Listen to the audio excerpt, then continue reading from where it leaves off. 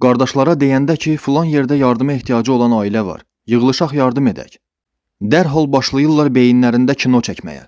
Deyirlər, mən bir gün varlananda bahalı maşınla o ailəyə gedib bir çamadan pul verəcəm. Deyəcəm bismillah.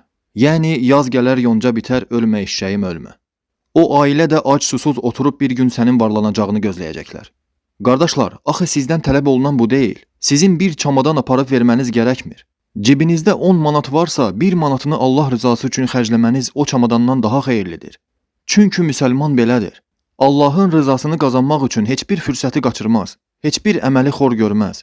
Ən xırda fürsəti belə dəyərləndirər. Çünki hər an vaxtın sona yetə bilər. Və o xırda gördüyün yardımı belə etmədən ölüb gedə bilərsən, Allah qorusun. Əssalamu aleykum və rəhmətullahi və barakatuhu, əziz müsəlman bacı və qardaşlarım. Bir müsəlman bacımızın bizim yardımımıza ehtiyacı var. Esselamun aleyküm qardaş. Barmağımdan sancı Pristuf verir. O da heç bilməmişəm başıma vurur. Başıma indi baxmışıq dünən. Başıma, saçıma baxıram. Görürəm ki, başımın içində də noxud boyda biri çıxıbdı.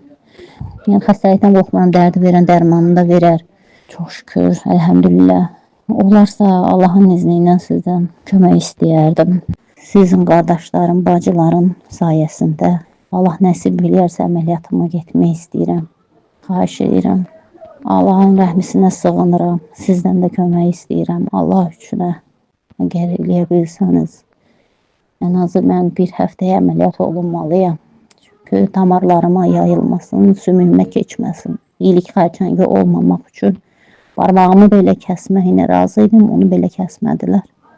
Belə qardaş. Əlimizdən gələni əsirgəməyək qardaşlar. Videonu da maksimum repost edin ki, daha çox insan görsün və məbləğ tez yığılsın. Çünki bacımız bir həftə içində əməliyyata girməlidir. Rəbbim malınıza bərəkət versin.